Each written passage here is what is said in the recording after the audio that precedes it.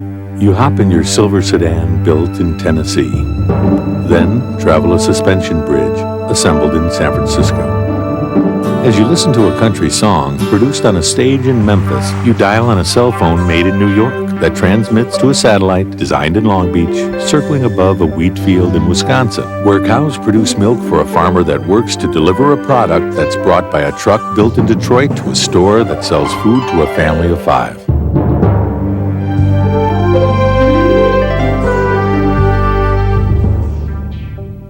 Hi, I'm Bob Connolly. Welcome to Introduction to Microeconomics, Analytical Building Blocks for Business.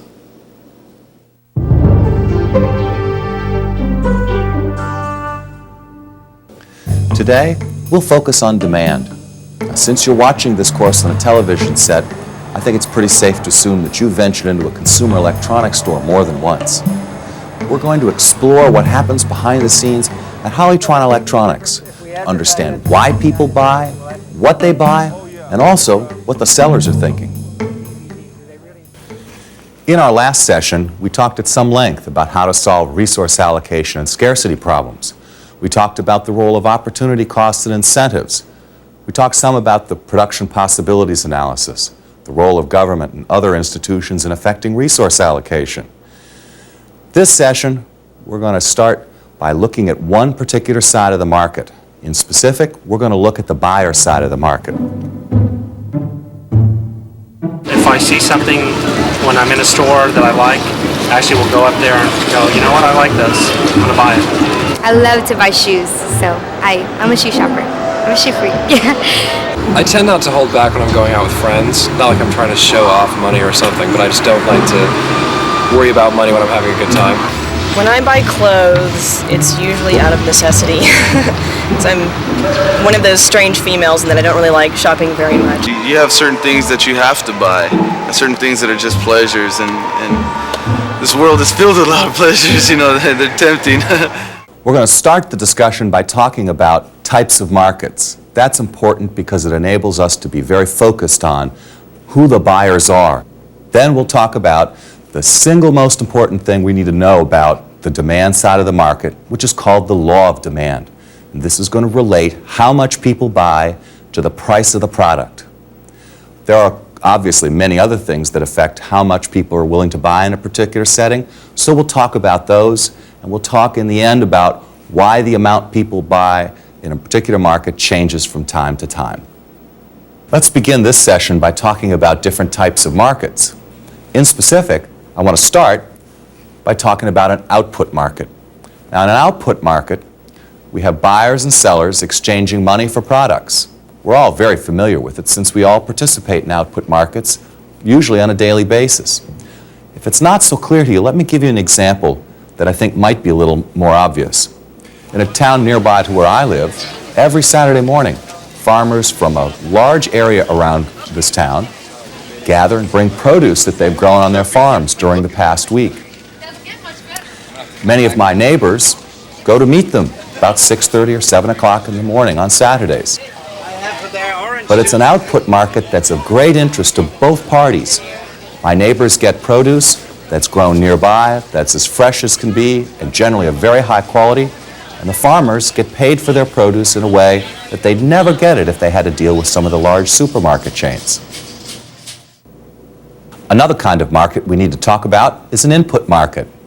Now, in an input market, the participants are engaged in exchanging resources used in the production of other products. There's a primary metals market in which copper and iron ore and bauxite are traded. The mining companies produce them, pull them out of the ground, and sell them to other firms. The other firms refine them and then use those metal products in the production of other goods. Batteries, steel, aluminum foil. There is always a connection back to that primary metals market, which is an example of an input market. There's another kind of input market that's also very important that we need to say something about, and that's the labor market. Labor is, of course, used in the production of other goods and services. Let's talk about capital markets now. These are also very important class of markets, and there are two definitions that we have to get in our minds to understand what we mean when we say capital market. So the first one I want to talk about is the market for capital goods. This is plant and equipment, machinery used in the production of other goods. Machine tools, as you may know, are used to produce other machines. And those machines are then in turn used to produce goods for final sale. So the machine tool market is an example of a capital market where I think now about capital as plant and equipment used to produce more goods. My second definition involving a capital market is financial in its orientation. So here we're thinking about a market where households trade their savings for interest payments or claims on future profits. So what do we get if we trade in our savings? We might get a bond that pays us interest, or we might have shares of stock and that pays us dividends. Dividends, of course, are paid from the profits of the firm whose shares we own. The New York Stock Exchange is a classic example of a capital market. It's a place where individuals who want to take an ownership position in a firm, say they'd like to own some portion of IBM, can actually buy a piece of the ownership of IBM. 39 and about 35,000 if you want to buy 10 grand. For example, if I want to own 2,000 shares, I call my broker. My broker uses his firm's internal communication system to send my order to the floor of the New York Stock Exchange. At that point, the order is executed, usually with the specialist who maintains the market in that shares of that company, and I get a confirmation back later that I just bought 2,000 shares of IBM.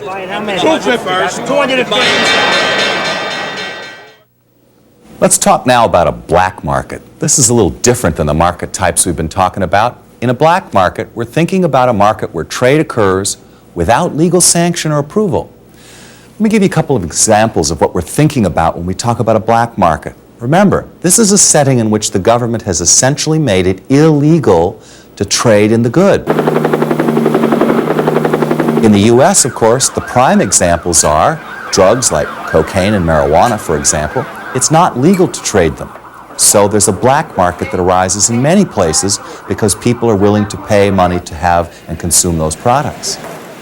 Historically, we've seen many examples of a black market. In the former Soviet Union, trading in consumer goods was held to be illegal.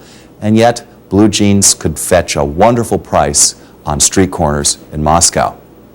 Now, we've talked about a number of input, output, capital market, black market issues. The next step is to talk about the behavior of buyers in these markets. And in particular, we're going to focus first on the law of demand. Now, the idea behind the law of demand, as I suggested in our first session, was to focus on the role that price plays in understanding how much people are willing to buy. When you raise the price, you're going to sell fewer units of the product. And for an individual firm, this can be really dramatic. Because if you try to set your price above what everyone else is, you're not going to sell any. So you may get the first introduction to the law of demand the moment you set that price out there on your, your fruit stand, and 2 rows down there's a fruit stand selling strawberries for half your price, and you don't move any strawberries. Now, this exclusive focus on the price is an example of Occam's razor at work. Remember, we talked about Occam's razor in our Language of Economics session right up at the beginning of the course. The idea then is that we're going to strip away everything else that explains how much people are willing to buy and focus solely on the impact of price. It's important that you see the application of this in everyday life. So we've worked up a really great example for you. Hollytron Electronics is a set of stores in Los Angeles. Their customers who are interested in buying consumer electronic goods are very interested in the price. Let's have a look at what goes on there.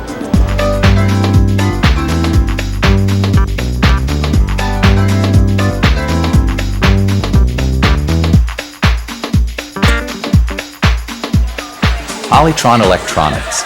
This mega-store retail electronics chain is currently enjoying a fast and furious growth spurt. From cameras and computers to televisions, washers, dryers, and kitchen appliances, Hollytron appeals to customers at every income level, offering over 4,000 high-end to mass-market items. Hollytron Electronics began back in 1979 as a tiny electronics store selling transistor radios in Hollywood, California. Since then, this family-owned business has expanded to 3 gigantic retail outlets, each one boasting 25,000 square feet and located in predominantly Asian communities around Los Angeles. Hollytron's projected growth is very impressive. Last year's corporate sales totaled $33 million, and with the opening of a brand new store, this year's sales are expected to top off at $50 million. In order to meet these projections, the law of demand must reign supreme at Hollytron. Hollytron's first step towards success was knowing and understanding the buying habits of their customer base. Dave Alhart. Dave Alhart is Hollytron's Vice President of Merchandising. Well, our customer is mostly Asian. We do not try very hard to go after any other market. It's very important for us to know who our customer is. Competition assumes a wide spread of people, so they aren't targeting one ethnic. We have to make sure we know what percentage of our sales are from a certain ethnic race. Hollytron goes to great lengths to cater to their Asian customer base, striving to keep a constant flow of consumers into their stores. But it's national advertising by manufacturers, as well as word of mouth, which initially helps create demand for products. Then, after the public is familiar with the product, all consumers are generally motivated by one common factor: price. Always. It doesn't matter if I like it or not, I'll look at the price. Price is important. If it's too expensive, I'm just not going to buy it. Price is important. I look at the price. Most customers do not know the difference between one price and another for $50. They know a general price, but they usually react to, if you're having a big sale and you put a couple of key items in, like a $99 camcorder, then they would think, boy, everything, that's a great price, I'm going to go in. I came down because all the Sony camcorders are on special, and I could pretty much get a really good price on a camera that I would normally pay $700 for $450. Most of the time, prices are determined jointly by manufacturers that meet prices to a minimum and still make money. We obviously have to make a profit, so we know what our pricing has to be for us to stay in business. We have to have a minimum and a maximum, but we know that sometimes if a customer is going to say, I will buy it at this price, and they walk out, that we won't see them again. So we say, okay, we have to, if we can make enough profit, then we will do it. Pricing becomes a very important part of our business. So at Hollytron Electronics, management works hard to keep prices low so that quantity demanded remains high. The analysis surrounding law of demand is very graphical. So we're going to spend some time here and work through some diagrams, and I think that device will help you to see the basic intuition behind the connection between prices and how much people are willing to buy. When we think about the law of demand, we usually use a diagram that looks like this. On the vertical or the y-axis, we're going to measure prices in dollars. On the x-axis or the horizontal axis, we're going to measure quantities. So this would be cases or units, some measure of that sort. The idea behind the law of demand is the yellow line, that downward sloping demand curve. It captures the essence of the law of demand. It says, as the price declines, we buy more. Let me show you how to read that. Let's pick an initial price, P1. You can see the dotted line. It comes straight from the y-axis, where we measure prices, out to the demand curve, and then it stops. It then takes this southward turn and goes down to the quantity axis. So the way we read that is, at a price of P1, consumers are willing to buy a quantity shown by Q1. Another example. At a price P2, which is now lower, we go all the way out the dotted line to the demand curve and we stop. We turn south and we come down to the quantity axis at Q2. So what have we shown? As the price declines from P1 to P2, the quantity that people are willing to buy, the quantity demanded, increases from Q1 to Q2. That's the law of demand. It's critical to get that straight in your minds because it really makes a big difference in all the analytical material we're going to do in the rest of our sessions. So far, we've been worrying mostly about price. Now it's time to look at the other determinants of demand in a systematic way. Let's start by thinking about income. I know I all love to talk about income. Let's do the following thought experiment. Imagine that your income doubles overnight. What a wonderful thought, as opposed to your usual nightmares. Now your income's way up. What are you going to do about it? I would probably get a new car, probably get a new house also. I would travel all over the world. I just spoil myself. Basically put it all into nicer surroundings for me, like a nicer apartment. I would probably buy a house. I'll probably spend it on a car. I pay cash for the house and cash for the car. And then I'd probably try to figure out some way to invest the money so I don't have to ever work again. And after I figured that out, well, you can't figure that out, I'd travel. See, it's only human nature. If you double people's income, they buy more of everything. Let's talk now about the price of substitute goods. Here's what we've got in mind. Yes, we know prices matter. Yes, we know the income matters. But it's also true that the price of a substitute good would matter. If you bring out a product that's much more highly priced than the competitors or lower in price than the competitors, price suddenly becomes a very important factor. But it's not merely the price, but also the relationship of the price to what else is available. Let me give you a clear example, or what I think you'll find to be a clear example. Let's think about athletic footwear. Now, there are lots of makers. They all have their own brand. Remember, we talked about branded products in our second session. The way I'm thinking about the problem is in the following respect. If the folks at Reebok put out a new shoe and the price is lower than their old shoe, then if I'm the guys at Nike, I'm very concerned at that point because I expect consumers to shift toward the now cheaper Reebok shoes instead of buying what are now relatively more expensive Nikes. Why? Because there's the cheaper substitute good out there. Take it in the other direction. Suppose Reebok puts out a whole new set of more expensive tennis shoes than they used to have. What happens to the folks at Nike? They're probably pretty happy. Why? Because people are going to start to substitute now less expensive Nike shoes for the now more expensive Reebok models. So that makes the folks at Nike happy. So you see, the price of substitute goods is also important in understanding the demand for a particular product. It's the price of the other brands that we think of as the price of the substitute good. Let's talk about the price of complementary goods, goods that are consumed jointly. Complements are goods that are consumed together. They're important in this setting because a price decrease of one leads to an increased demand for the other. Let's think it through in the case of CD players and CDs. In the case of a CD, compact disc, we're all familiar with them. What matters to the demand for CDs is the price of the player. Remember, you can't hear the music without the player. So if the players are very expensive, people aren't all that interested, frankly, in buying music recorded on a compact disc because it's really expensive to hear, and after all, there are perhaps cheaper alternatives. So as the price of the CD players comes down, I actually expect to see a large increase in the demand for music recorded on a compact disc. Why? Because they're consumed together. And so if I make one of the pair cheaper, more of the pairs are sold, more CDs and more CD players. The next determinant of demand we need to talk about is wealth. And first, we need to talk about or define what we mean by wealth. At the household level, what we're thinking about is the total value of the household minus its debts. That's the wealth of a household. Now we need to be a little more specific. What's the value? It's the assets of the household. That's the car, the boat, the house, any property. And of course, financial assets like bank accounts and bonds and shares of stock and so forth. So that's our asset side of wealth. On the debt side, we're thinking about maybe a mortgage on the house, an amount owed on the credit cards, or perhaps student loans. All of those are the debt side. You want to put the money in? Can you be a good boy? Help me put the money in.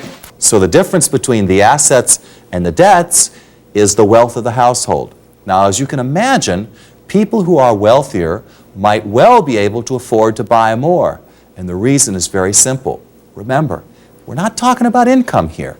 Income is a flow concept. It's my check that I get every 2 weeks or every month. Wealth is a stock concept, those assets, those debts. Yes, those assets and debts can change in value over time, but at a point in time we measure them, and the difference between assets and debt is my wealth. I could, in principle, take that wealth, convert it to cash, maybe very easily because I have savings bonds, and I can take that cash and I can go to the store and I can buy anything I like, regardless of what happens to my income. That's why wealth is important in understanding the demand for goods and services.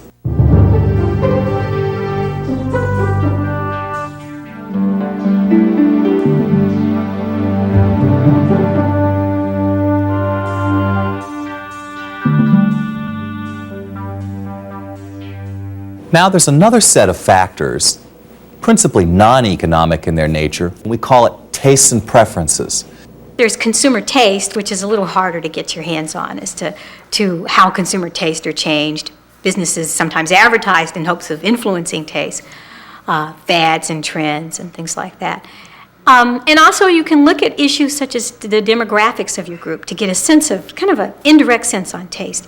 If you have a population that's aging, the demand for certain types of products is going to increase. The demand for preschool space is going to decrease. Now let me give you a more specific idea what I mean by tastes and preferences. Non-economic factors which affect the demand for a product. You can think of a product where you just have to have one just because. So we can think of items like Beanie Babies or hula hoops or fad items, or items where it's just the thing to have for that period of time. I'm into trendy things everywhere, and not because I need them, because I want them, because it's there. I buy anything because it's trendy, because it's, it looks great. If you see it on other people, you want to get it. I've bought stuff just because it was in style, because a lot of people were using wearing types of clothes like those bell-bottom pants. Oh no. Now the next determinant of demand I'd like to talk about is expected prices and wealth. I really need you to think about demand for a product depending not just on the current price and current income and wealth and so forth, but also it may depend on what people expect to be true in the future. So expected price is what we expect to pay in the future for a product, and expected wealth is what we expect our wealth or net worth to be in the future. Let me take the example of the seniors that we see here at the university. For the first time, find themselves able to get a credit card from a credit card company. Why? What's going on here? It's actually very simple. The seniors, anticipating that their income and wealth will be higher next year once they've graduated and gotten a job, find that it's nice to have a credit card. And they're willing to run up a little bill now because they know they're going to have money later to pay it off. The credit card companies understand this in the same way, and they'd like them to be customers in the long run, so they're willing to give them a card a little ahead of when they actually get their job, because they also anticipate that the income of these students will be higher next year. There are also cases involving prices. Let's think about coffee. Most of us probably can't get to 10 o'clock without 2 or 3 cups of that. But the issue is, where does it come from, and how would expected prices be at all important? Much coffee is grown actually in Brazil, and every now and again the weather turns bad and there's a frost and it kills a portion of the coffee crop. Now what happens is we actually see the price rising now, even though the coffee crop that was lost won't actually be ground into coffee and used in our coffee makers for months.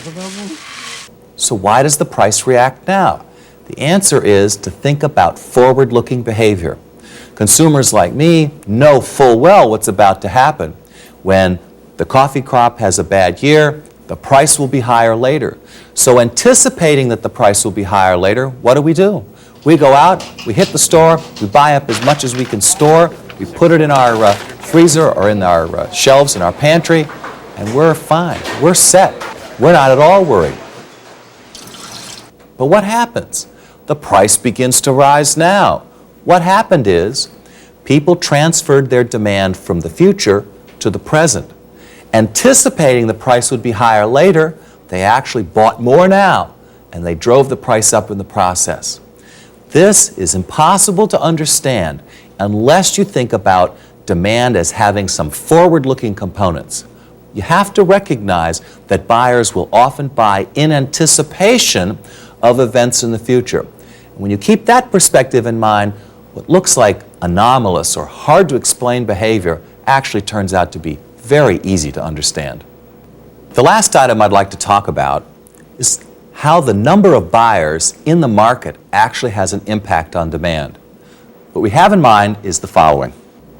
The number of buyers is really the number of people in a market that buy the product. Now that may seem very obvious to you, but it turns out to have a very important effect in real live markets.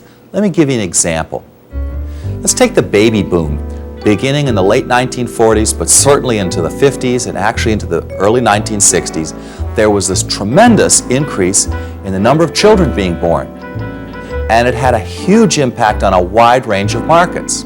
If suddenly there's a whole bunch of little folks around, there's an increase in the demand for baby food and diapers and cribs and car seats and strollers, all because we've got these little folks now and they need to be taken care of. And of course, because they're so cute, now we've got to have photos for them, so there's a big increase in the demand for photographic equipment and photos and photo processing because we want to keep pictures of our children forever. And of course, as they grow, we've got to send them to school. So now there's an increase in the demand for schools. Governments found that they had to build lots of schools because there simply weren't places to put everybody. And as we get through elementary school and into high school, suddenly there was this big bulge in the number of students who wanted to go to college. And so the colleges and the universities in the country had to expand the number of places. So we had new academic buildings and new dorms and new swimming pools and so on and so forth. And now they graduate and they've got jobs. And so employment went up in the whole country because of this big bulge. But then the demand for apartments went up and the demand for cars went up. And that, of course, after they were at this a while, the demand for houses goes up and they get married and the whole thing starts all over again because then the baby boom generation has their own children. My point to you here is demographics are very important in understanding what goes on in some markets. This effect is without regard to prices and income and all the other economic determinants that we talked about. That's why demographic analysis is very important to many businesses. They really need to understand the non-economic determinants of demand for their products. Okay. Would you like me to talk to you in English or Chinese? English is okay? Okay. So, are you interested Appealing to the tastes and preferences of their Asian customers is high on the list at Hollytron Electronics. This refrigerator is one of our best seller for... Judy Mock is a Hollytron sales manager. When customers come in and they see that I can speak their language, they feel that we're their friends. We're more easier for us to communicate and easier for us to honestly close the deal. how to speak 이게. Every Hollytron employee must speak at least 2 languages. In addition to a bilingual sales staff, Hollytron employs other techniques to keep customers coming through their doors. I want to talk for a little bit about DVD. It's not too Dave Allhart explains. We cater by having products that they're familiar with. For example, in our small appliances, a lot of different items you would not find in a typical Caucasian store. Rice cookers and fish cookers. So we try to specialize in products, and we also try to specialize in having the right people to talk to them.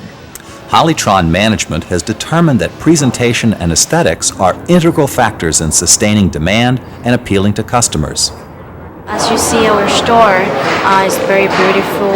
Some might think it's more expensive than any other retail store, but we are trying to make this atmosphere as great as possible with an excellent price and excellent service. Millions of dollars were spent on design and construction of their newest 25,000 square foot store. A state-of-the-art aquarium was installed to attract entire families. Rooms that replicate home theaters were built. And community and social events are regularly scheduled. all to appeal to the tastes and preferences of their customers. Hollytron's efforts have not gone unnoticed. It's awesome. It's an elite store. You feel like these people have it together. Whoever designed the store designed it with the consumer in mind, so that this is what it will look like when it gets into your house. This is how it will feel when you own it. Aside from tastes and preferences, there are other determinants of demand which are beyond Hollytron's control, like the wealth and income of their customers. Right now there's a fluctuation in the Korean currency that is affecting our business. In response to fluctuating wealth and income, Hollytron has made it easier and easier for anyone, rich or poor, to afford their products.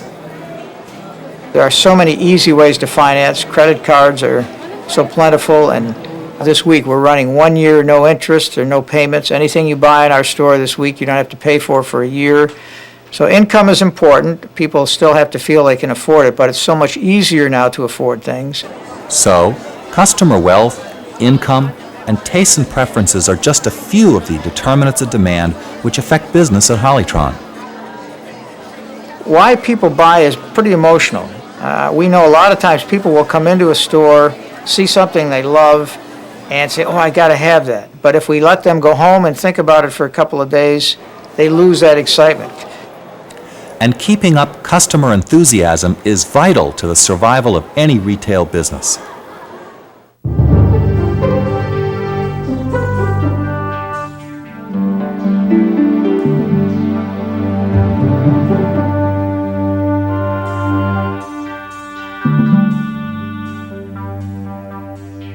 So now we've worked through a very significant list of other determinants of demand. Recall, we started by talking about the role of price, and then we moved on and talked about income, the prices of substitutes and complements.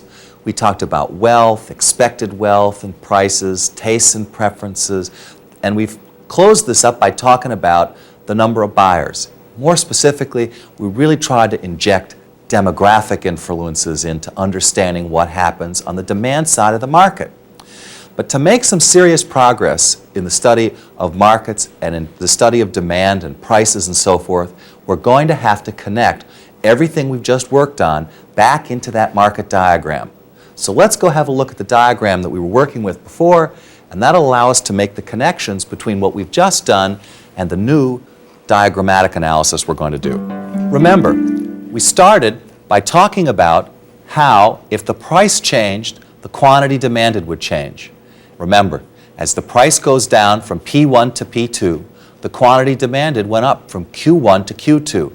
And that was an example of the law of demand. That's what we meant when we said that. Now the issue is, if I have an increase in income, how would I show that in this diagram? After all, I have only two dimensions. I have price on the one axis and quantity on the other. And now I have a third item to worry about, which is income. It's actually very easy. Let's think through the logic for a second.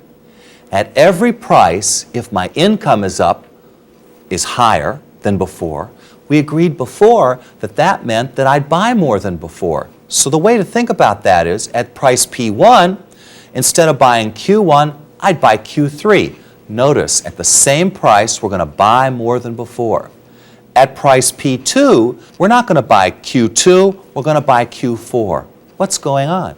My income is higher than before, so at every price, I can afford to buy more, and I choose to buy more than before. What this means is, in the terms of the diagram, if we were to do an experiment in which for every price we mapped out what new demand looked like relative to before, that is, after income was up relative to before it rose, we'd see a demand curve that simply shifted out. At every price, we buy more than before because our income is now higher. Now what I just did was kind of sneaky. I didn't tell you in advance I was going to move the demand curve. And it's real important that we understand we've just sort of crossed over a big river. We've now moved from the point where we're moving along the demand curve, and we climbed in our boats and we paddled like hell and we got to the other side. And now what we're going to be in is a situation where we're worrying about, why does the demand curve shift? So what we're about to do is take all that other material we talked about, all the other concepts, and we're going to put them in the setting of answering the question, why does demand shift? Now, understanding why demand curves shift in a particular market is very important to the managers and the owners of businesses. That's why they spend a lot of effort to try to understand what goes on with their customers. Many firms employ market research firms, and their whole aim is to develop an understanding of the demographics of the buyers. Is there anything in that ad that would compel you to buy the product? There's nothing stopping me from buying the product in the ad. Now, you may be wondering, why are we spending all this time worrying about these things that could affect demand, since probably some of them only have very tiny effects on demand? And how would we even know if it had a big effect? So what I want to do is introduce the concept of elasticity. Now, we're going to do some more on this later, but I think it's important to know what we mean and what we're thinking about on elasticity right up front. Now, an elasticity measures the impact on quantity demanded of a change in price or some other determinant of demand. It's a way to quantify how big a change in demand occurred when income increased or the price of the substitute good changed and so forth. Now, this is very important because this is partly the answer to the question that business owner is trying to answer. Well, if income rises by, say, 10%, how much does my demand go up at the current price? Does it go up 2%? Does it go up 20%? Now, you can imagine if it only goes up 2%, that business owner might respond in one way. But a 20% response, wow, that's remarkable. That might require something very different. So, in the course of the next few sessions, we're going to develop this elasticity concept because it's going to help us to see the connection between a concept, something that shifts the demand curve and leads to an increase in quantity demanded, into a how big answer. We have to make the connection between the analytics, if this, then that sort of story, into if this happens, then here's the size of the response. That's what we're going to use elasticity for. It's essentially a measurement concept. If something changes, how big an impact does it have? It makes a difference whether it's a small impact or a big impact. And that's what we're going to use elasticity to help us answer. All right, now what I'd like to do is to walk you back through, in the context of these diagrams, that list of determinants of demand that we were worrying about earlier in the session. Let's start by thinking about the price of the substitute good, and let's go back to the example we were thinking about earlier. Nike and Reebok tennis shoes. So, to make it even more explicit, let's think about the demand curve here as the demand for Nike tennis shoes. And let's think about the price of the substitute as the price of Reebok's tennis shoes.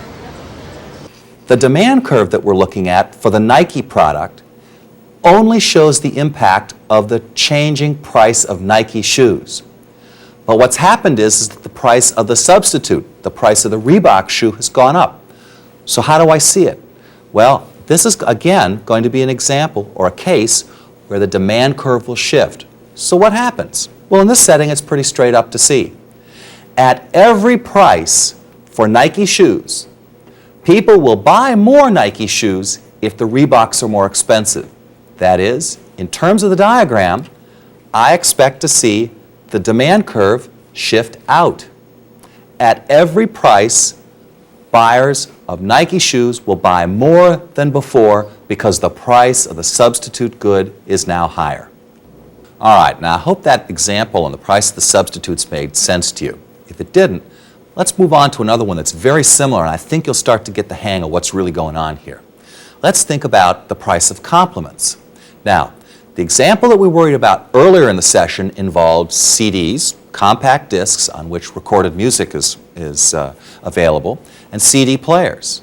Now, the way we think about this is from the perspective of the market for CD music, that is, music recorded on a compact disc, the price of the CD player is the price of the complementary good.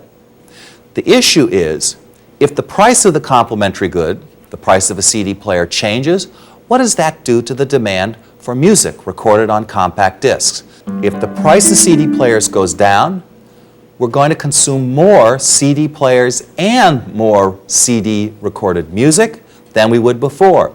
The demand curve will shift out to the new demand curve, which we've marked D prime. That is, at every price for compact discs, I will now buy more than before. Not because the price of the compact disc is lower, but because the players are less expensive. The logic is, as the price of the player comes down, more people buy players, and now there are more people buying compact discs. Now we've worked through three important cases: how the demand curve shifts if income increases, or the price of the substitute good increases, or the price of the complement declines. Let's look at a few other determinants of demand and see how they translate into shifts in the demand curve. Let's start by thinking about wealth. Remember now the story we told about wealth earlier. If my wealth is increased, I'm able to buy more than before. I'm better off. Remember, I can take that wealth in whatever form it happens to be, turn it into cash, and buy more than before. So what I expect to have happen then is the demand curve should shift out. If my wealth goes up, I am able to buy more at every price than before. So the demand curve shifts out to a new demand curve marked D prime. Okay, that's the case involving wealth. Let's imagine we deal with the tastes and preferences case. In specific, imagine there's now a product that everybody just has to have. It's not because its price is lower, it's not because our income is up, it's not that sort of thing. It's just everybody feels like they have to have one. If everybody decides they've just got to own that particular product, that model, then it doesn't matter what the price is and the income and all the rest. At every price, there's going to be an increase in demand. And so the diagram shows us exactly that. At every price for this product, we buy more than before. It looks just like the case involving wealth. Now, we've seen a number of cases where a change in the price of the substitute of the complement or wealth and so forth have actually moved the demand curve, showing us that at some set of prices we buy more than before. Now what I want to do now is to think ahead. That is, I'd like to go to forward-looking behavior and ask the question, what happens if expected prices or wealth should change? If I expect to have to pay more in the future, I'm likely to buy it today. So I expect at every price we'll buy more than before. That is, I expect the demand curve should shift out. You see the arrow showing you the direction of the movement of the demand curve. And there's my new demand curve, D prime. Now, let's think about the expected wealth case. In the case of expected wealth, if we expect to have a higher wealth next period, I can pay off a purchase now. So the demand curve goes up, demand curve shifts out. Now we're going to run one in reverse. Demand curves, you see, can shift to the right or to the left. That is, they can shift up or they can shift down. So let's talk about a case like that. Imagine for the moment income, instead of increasing, decreased. So if, in fact, there's a big base closing and people are going to be out of work, incomes are going to fall, your demand is going to shrink. So income is another one of the factors. Now this actually happens. People find their income goes down because, say, their hours are smaller, and so if they're on an hourly rate, they make a smaller income. Or they lose their job, and so their income goes down. Well, what happens now? At every price, they can afford to buy less than before. And so what we think about is the demand curve, instead of shifting to the right, is going to shift to the left. You can see the arrow in your diagram. And the new demand curve is now D prime, but D prime is now to the left.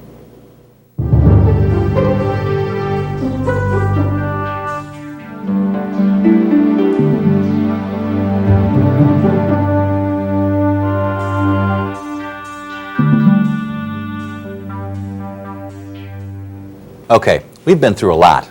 So I want to come back through this with you, this whole long set of examples, to make sure you've really got this under control in your minds. It's very important to have that before we can move forward and you to make progress in your study of microeconomics. So let's take this from the top. I'm going to walk you back through that set of examples and diagrams to make sure you really understand what's going on. Where we started was that basic diagram that I threw up early in the session and shows you what the law of demand looks like. At those two prices, we see the quantities, and we see that as the price declines, the quantity demanded goes up. And I said, Well, imagine income goes up. Then, at the first price, we buy more than before. And at the second price, we buy more than before. So if we continue that experiment at multiple prices, what we find is the demand curves shifted out, and we indicated that with that yellow arrow and the new demand curve marked D prime.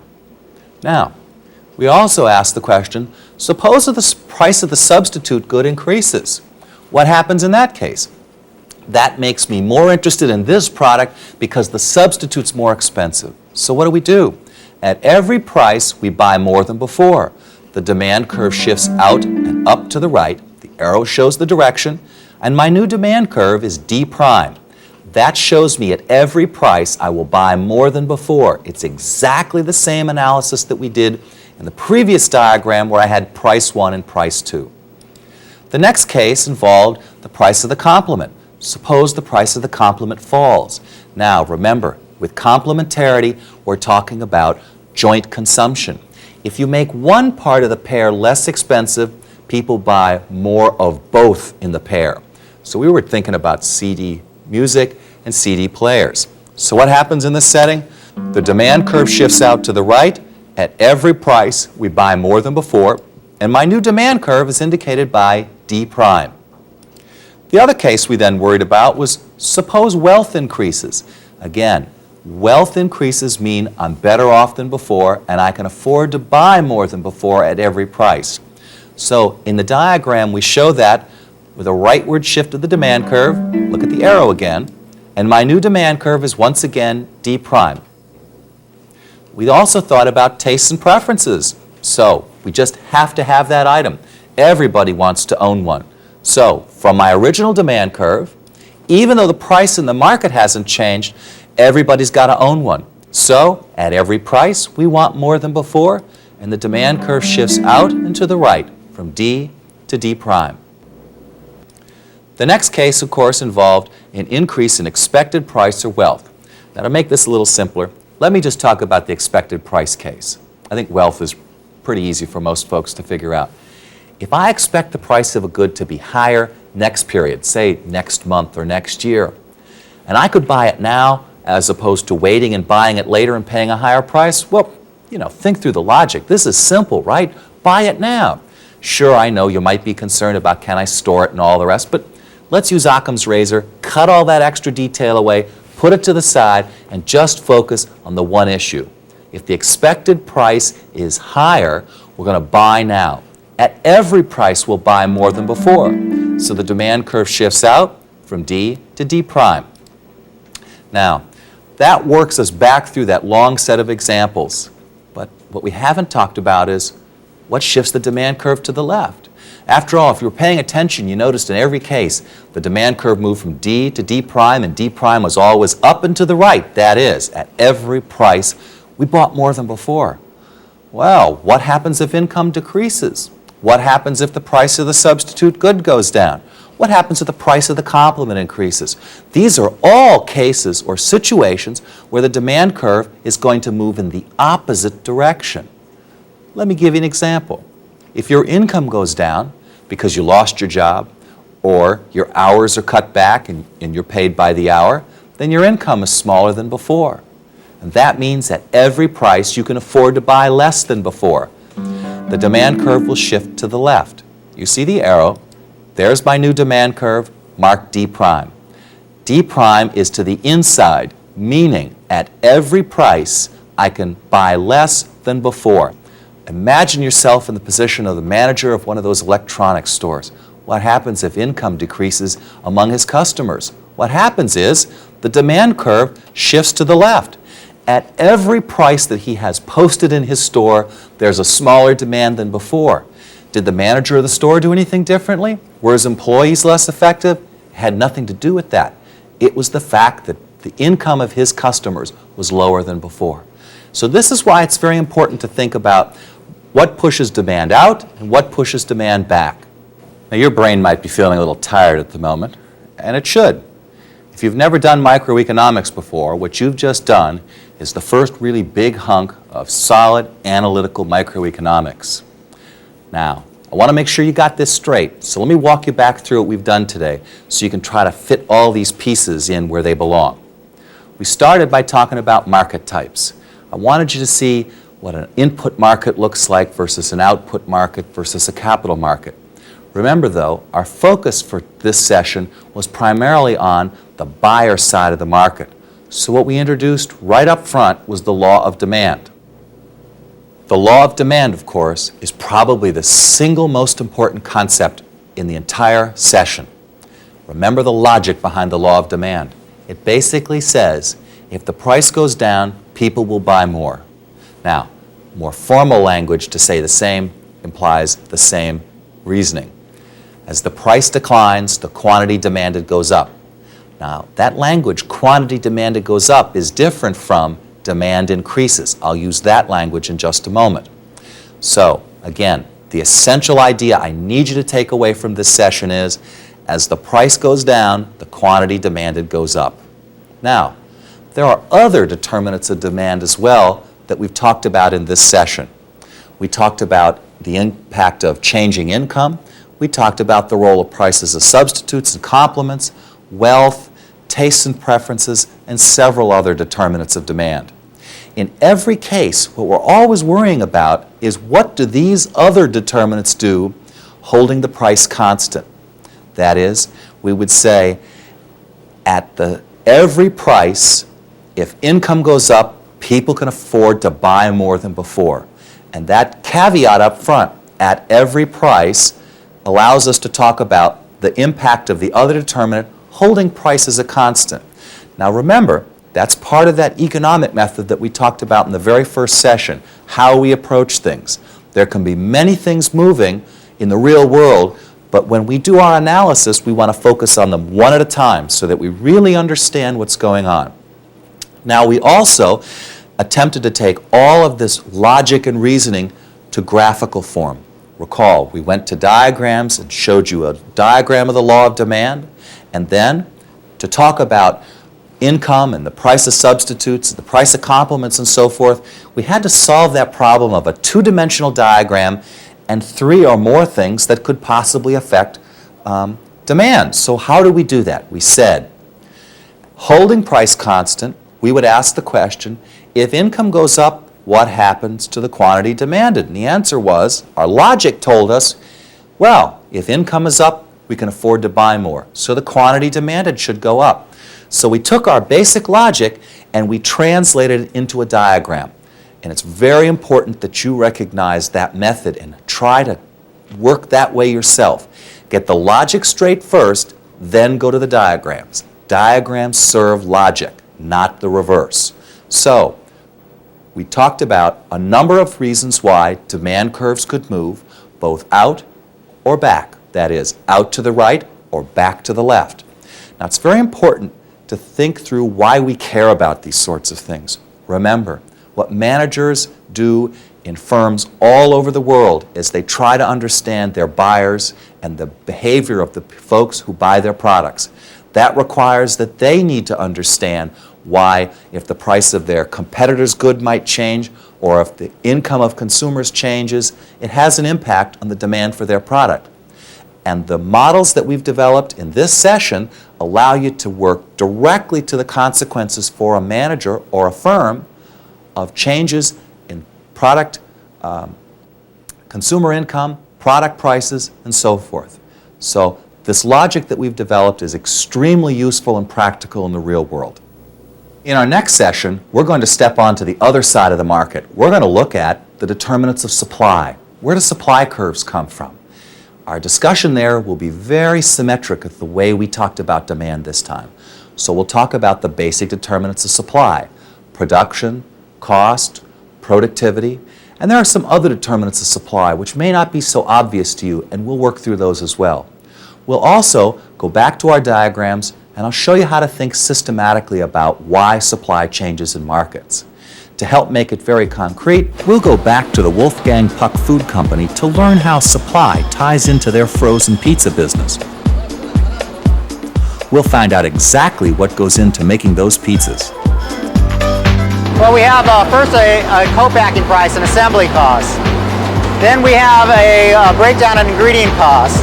Then we have a packaging cost, which is your film, your box, your shipper. We have a distribution cost then. So all these costs figure into the final cost of this pizza here. I'm Bob Connolly. I'm looking forward to seeing you in our next session.